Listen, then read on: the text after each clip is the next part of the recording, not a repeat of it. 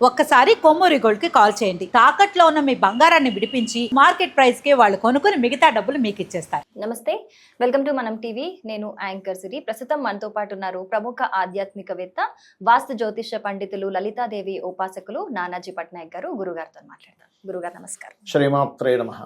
గురుగారు, మేషరాశి వారికి పర్టికులర్ గా ఏ క్షేత్రానికి వెళ్తే వాళ్ళకి మంచి జరుగుతుంది, అలాగే ఆ క్షేత్రానికి వెళ్ళి పర్టికులర్ గా ఒక పరిహారం ఏదైనా చేస్తే ఇంకా బాగుంటుంది అనేటట్టు ఏమైనా ఉన్నాయా గురుగారు? ఉందండి, మనం ఆల్రెడీ గతంలో కొన్ని వీడియోలో చెప్పాము.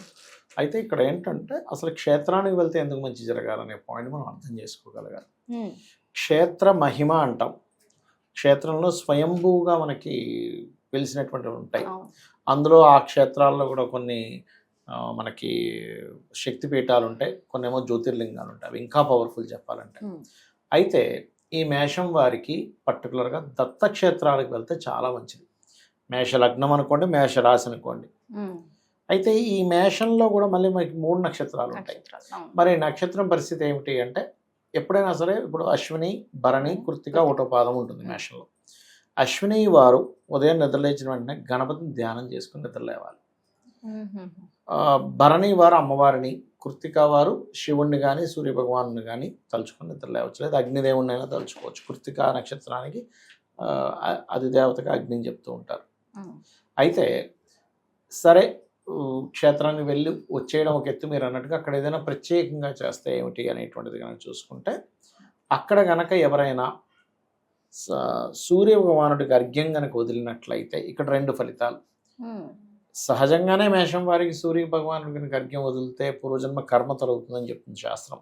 శాస్త్రంలో 3 విషయాల వల్ల నీ పూర్వజన్మ కర్మ తొలగుతుంది, అదర్వైజ్ నువ్వు అనుభవించాల్సిందే అని చెప్తూ ఉంటుంది. ఏమిటా 3 విషయాలు అంటే, 1 లలితా సహస్రనామాలు నిత్యము పఠనం చేయడం ద్వారా లేదా శ్రవణం చేయడం ద్వారా.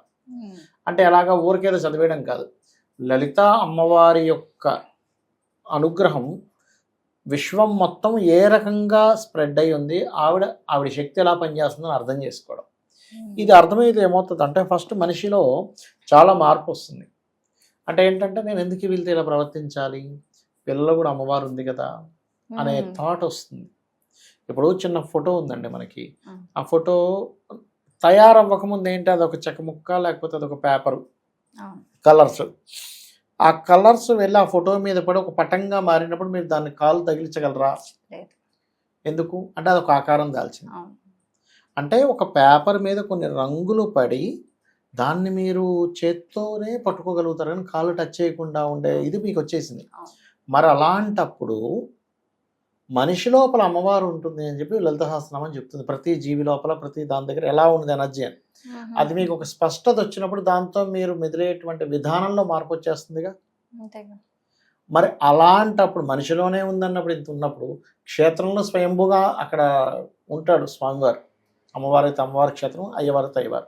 అక్కడికి వెళ్ళినప్పుడు ఎలా ఉండాలనేది మనం ముందుగా తెచ్చుకోవాలి. క్షేత్రం వెళ్ళిపోవడం కాదు, అక్కడ వెళ్ళినప్పుడు ఎలా ఉండాలి. లైన్లో వీళ్ళతో గొడవలు పెట్టుకోవడము, లేకపోతే లైన్లో ఏదో అడ్డదారిలో దూరిపోయి మనం తొందరగా దర్శనం చేసుకుంటాం అనుకోవడము, ఇలాంటివి చేయకూడదు, ఖచ్చితంగా చేయకూడదు. అదేవిధంగా అక్కడ మీరు దత్తక్షేత్రాల్లో గనక సూర్య ఉపాసన గనక చేయగలిగితే, ఇప్పుడు నవంబర్ వరకు కూడా మేషం వారికి పంచమంలో కేతు ఉంటాడు. గణపతిని సూర్యుడిని ఏదైనా ఉపాసన కనుక చేయగలిగితే, ఉపాసన అంటే ఎలా చేయాలి అంటే, గణపతి యొక్క స్తోత్రం చదువుకోవడం, లేకపోతే గణపతి యొక్క మంత్రం ఎవరి దగ్గరైనా గురువుల దగ్గర నుంచి తీసుకొని చేయడం. అంటే దత్తోపాసనతో పాటు అంటే దత్తాత్రేయుడు ఉపాసన చాలా పవర్ఫుల్ అని చెప్తూ ఉంటారు శాస్త్రం. అంత ఈజీగా మనకి దొరకడం ఆయన అని ఎంతో పరీక్షలు పెడుతూ ఉంటారు. మీరు ఒక దత్తాత్రేయుడికి సంబంధించినటువంటి వృత్తాంతాలు ఉంటూ ఉంటుంది.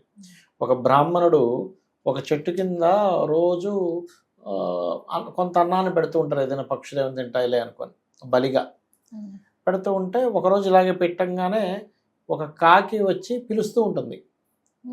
ఏమిట్రా పిలుస్తున్నా వెనక్కి చూస్తే బ్రహ్మరాక్షసులాగా ఉంటాడు ఆయన.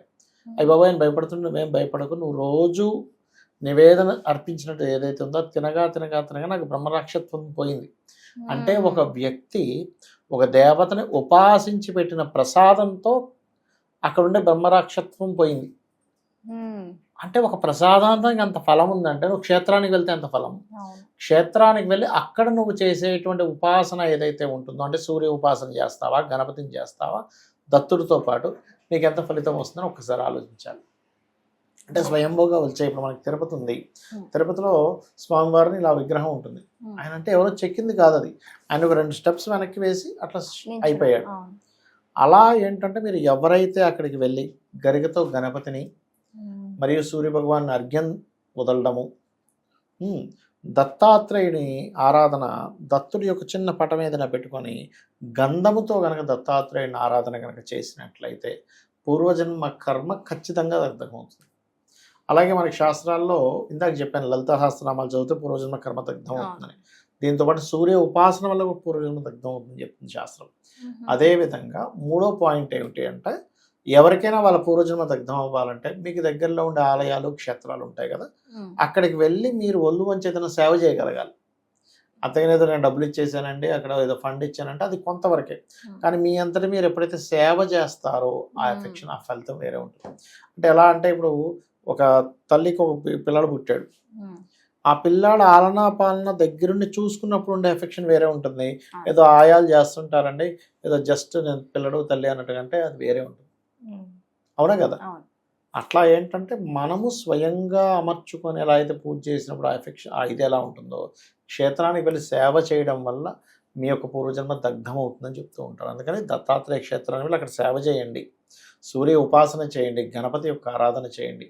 నవంబరు 25వ తేదీ వరకు పంచమంలో కేతు ఉంటాడు. ఖచ్చితంగా మంచి ఫలితాలు వస్తాయి. ముఖ్యంగా అక్కడికి వెళ్ళి గణపతిని చేయడం వల్ల డెసిషన్ మేకింగ్ అంటూ ఉంటాం. ఎందుకంటే పంచమ స్థానంలో డెసిషన్ అనేటువంటిది ఉంటుంది, మనిషి యొక్క ఆలోచన విధానం అనేటువంటిది. ఆ యొక్క విధానం అనేటువంటిది పూర్తిగా మారుతుంది. అయ్యో ఇన్ని రోజులు నేను ఎందుకు ఇలా ఆలోచించాను, అరే ఈ డెసిషన్ తీసుకోకుండా ఉండకూడదు, ఈ డెసిషన్ తీసుకోవాలనే ఒక క్లారిటీ ఆఫ్ మైండ్ అనేటువంటిది పెరుగుతుంది వీరికి. సూపర్. ఇంకోటి గురుగారు, ఇందాక మీరు అన్నారు క్షేత్రానికి వెళ్ళి ఏ విధంగా ఉండాలి అనేది కూడా మనకి తెలియాలి, చాలా ముఖ్యమండి. అయితే లలితా సహస్రనామం ఇంట్లో పఠించేటప్పుడు అంటే కొంతమంది ఏం చేస్తూ ఉంటారు అని అంటే, అది చదివేటప్పుడు కూడా పక్కన ఏం జరుగుతున్నాయో దాని మీద కాన్సన్ట్రేషన్ ఉంటుంది. అవునండి. ఫోన్లు మాట్లాడుకోవడం గురించి కావచ్చు, పక్కన ఎవరైనా మాట్లాడితే మధ్యలో సమాధానం ఇవ్వడం అవునండి. కావచ్చు. అవును. అది అది తప్పంటారు కదా గురుగారు? మీకు లలితనే కాదమ్మా, ఇప్పుడు మీరు ఉన్నారమ్మా, కారు నడుపుతున్నారు, కారు మీద డ్రైవింగ్ మీద కాన్సన్ట్రేషన్ పక్కన పెట్టేసి ఫోన్ చూసుకోవడము, పక్క ఏం జరుగుతుంది ఇట్లా తిరిగి చూస్తే ప్రమాదమే కదా. అవును. నీ కారు నడిపితేనే అంత ప్రమాదం అన్నప్పుడు అమ్మవారు వచ్చి అక్కడ కూర్చుంది. నువ్వు ఒక లలితా సహస్రనామాలు చదువుతున్నావు అంటే అక్కడ అమ్మవారు వచ్చి కూర్చుంది. నువ్వు ఎంత మీరు ఒక గెస్ట్గా ఒక ఇంటికి వెళ్ళారు, మిమ్మల్ని పట్టించుకోకుండా ఇంట్లో వాళ్ళు ఫోన్ చూసుకుంటూ కూర్చున్నారు, ఎలా ఉంటుంది మీకు? ఒళ్ళు మండిపోతుంది. ఎందుకు వెళ్ళారంటే నాకేం అవసరం వీళ్ళ ఇంటికి పోవడానికి, వెళ్ళిపోతారు.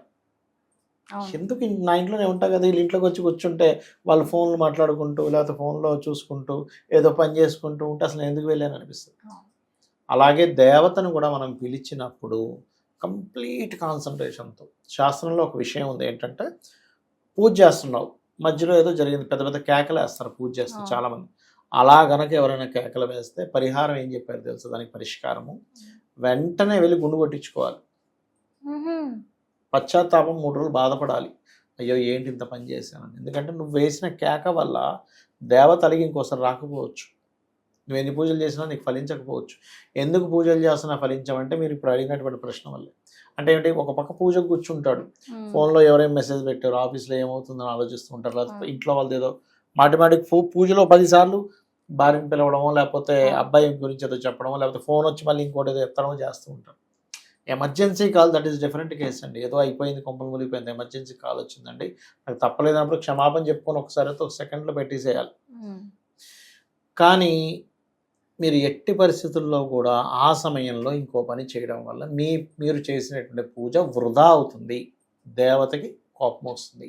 ఇది గుర్తుపెట్టుకోండి. మనకే కోపం వస్తుంది ఎవరైనా ఇంటికి వెళ్తే, మరి దేవతకి ఎందుకు రాదండి?